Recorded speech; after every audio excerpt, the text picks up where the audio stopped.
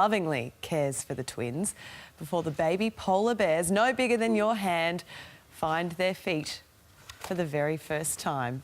SeaWorld's Trevor Long joins us now. Trevor, good morning to you. You must be thrilled and very proud. Yeah, good morning, Sylvia. Yes, we certainly are. You know, it's going on exceptionally well. Leah's been a wonderful mother to the two cubs, and they were born last Tuesday on the 26th, and it's all been good news since that time. How are they doing at the moment? Yeah, doing very well. They've settled into a nice routine. They're awake for about an hour and a half, and during that time they feed from mum, they do a bit of squawking, and then they also do a little bit of exploring, and then they'll sleep for an hour, and the routine's down pat and doing exceptionally well.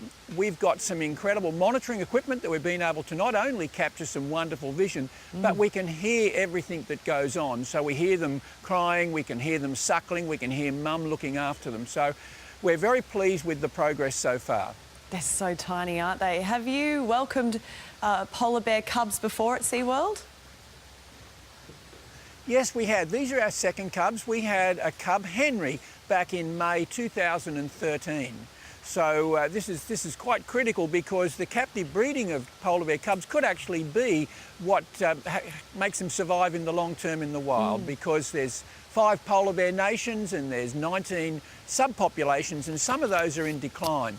Polar bears are listed as threatened, and you know it's been said, or it's been thought, that in maybe 2040 we might see a decline of up to 30% of our polar bears worldwide.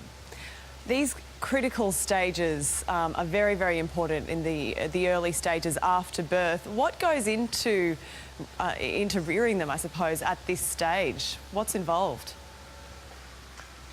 Well, it's all from mum, really. Mum takes care of everything. Mum's in a den. We've been able to replicate a natural den, what they would normally build in the earth or the peat moss.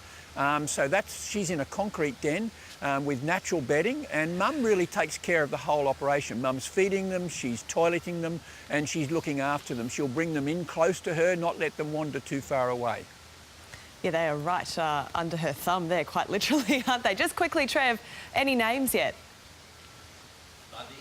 Look, no names yet. I think they'll be, given the status of these beautiful bears, I think what we'll look at is a naming competition Australia-wide to create some focus on the conservation value of these bears. That is a fantastic idea. We are happy to field suggestions here at the Today Show. Let us know your thoughts at home. Trevor Long, thank you very much.